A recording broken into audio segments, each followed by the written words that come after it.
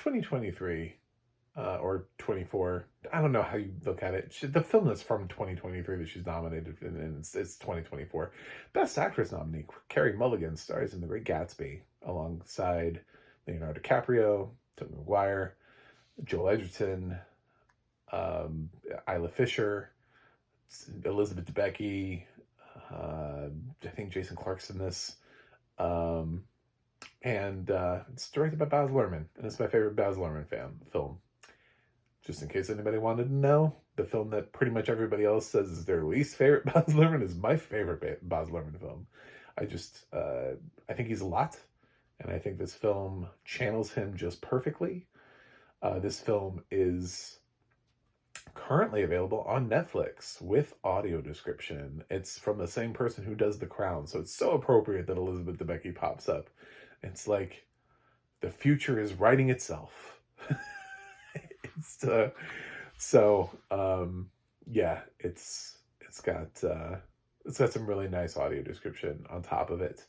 And it makes some attempts at actually bringing in the vibrance that Luhrmann has pulsating throughout the entire film.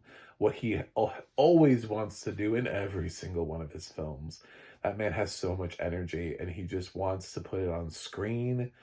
We have missed probably so many great music videos that could have been directed by Baz Luhrmann, but he's always just he does mostly film. He just film, and it's not.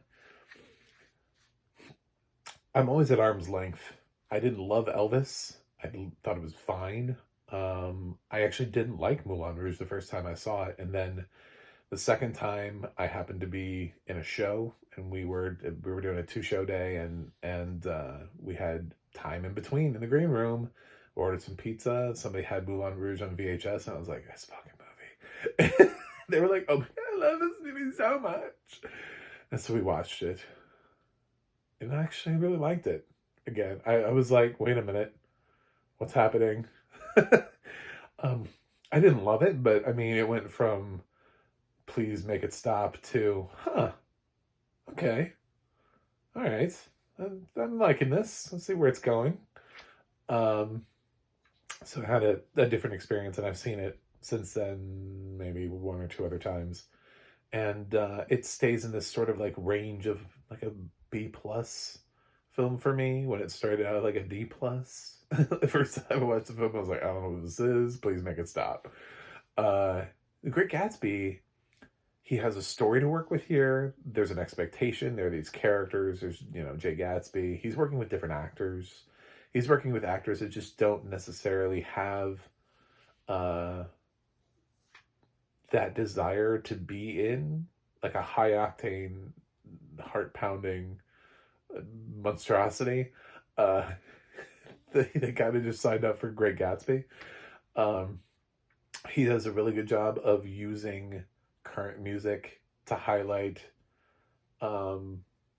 his version of this film, even though some people will hate it because it's F. Scott Fitzgerald, who's known for the jazz age. There should be a very specific style of music, but they actually kind of make the music try to sound like it's from that era. It's a very interesting soundtrack. It's a very interesting block of music, and how they use it in this film is very reminiscent of how Baz always tries to do his films. And thank God he didn't do it with Elvis. He didn't try to like mess with Elvis's music to give it more of a sick beat, so that he had more of a fire and rhythm to it.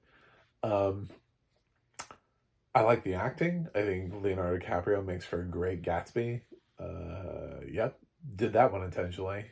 And Tobey Maguire is someone who I'm like, I don't know how we haven't nominated him at some point in his career for an Oscar. I mean, maybe not this, but you do remember back in the day when he was in like the Cider House Rules, Pleasantville, and some other stuff, and his career was just sort of bursting onto the scene. He later had Seabiscuit. It's just like, where's his Oscar nomination? What are we doing with Tobey Maguire? Are we just never going to nominate him? Carey Mulligan plays Daisy. She does a lovely job there. Joel Edgerton, I love with Tom Buchanan how they just immediately let you know this guy's an asshole. Anytime anybody ever starts talking about how we have to stop the other races from rising up, you just like it's if that film wasn't once we get past I don't know 1940, like there's no way that that character could be a good person anymore. Like no one ever uses like oh well, this guy who is racist turns out he's a pretty good guy. He's still racist, but he's the hero of the story. No, it's actually a great way to let you know right from the beginning that that dude is he's a dick. Watch out for him. So Joel Edgerton does a great job just delivering on that promise. Um, and Elizabeth Debicki does a really nice job here in playing Jordan, who just it's a nice little supporting turn for her. Um, and Isla Fisher is in kind of a thankless role that I honestly forgot Isla Fisher was in until I looked up at IMDb. So there you go. And I'm still questioning whether or not Jason Clark's. So I think he is. I think it's Jason Clark. It's written and directed by Baz Luhrmann. It's the story of the Great Gatsby. I find Baz to be a lot, and I find him in many ways to be unguided, and that people often do not give him the feedback that he requires, and he just ends up making things that are loud and flashy, and then you wonder where the substance is, and you struggle to find it in the mix of all of the pomp and circumstance that come with everything that he ever does, that he touches. Here, there's way more substance. The actors get a lot more opportunity to connect and act. It doesn't feel like it's constantly about to fly off the rails. And it feels way more like a concerted effort from Baz to direct a coherent film that still has style to it, that still has flair, but it also is not something that is made for a niche Baz Luhrmann audience. I still can't make it through Romeo and Juliet. I've tried. As many times as I have seen Moulin Rouge and been like, I can watch this now, I've gone back and tried to watch Romeo and Juliet, and I can't watch it.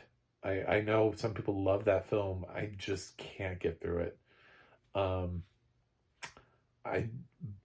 Me and Baz just don't go together very well. So if you're somebody who isn't crazy about Baz Luhrmann, you may like this. But the funny thing is, most people who love Baz Luhrmann don't like this. But this is my favorite Baz Luhrmann film. And I'm about to redo every year I try to do, in time with the Oscars, I do like rewriting the Oscars, and I go back 10, 20 years. So this is right in line for 2013 with 2023. And I don't know, you should expect to see Great Gatsby pop up on those lists. Yeah, because I enjoyed this. I enjoyed it when it came out in theaters. I own it on DVD or Blu-ray. I don't know. Sometimes it's both. Sometimes it's that dual pack. I don't know what I have it on anymore. But I watch it on Netflix with audio description, so that you can watch it with audio description too. I made a pledge to watch a film from every one of the nominees this year that had audio description. And there it is. This one has it. So give this version of The Great Gatsby a shot. I truly believe in my heart of hearts, this is the best thing Baz has ever directed. And it's the best thing that he's ever channeled his vision into.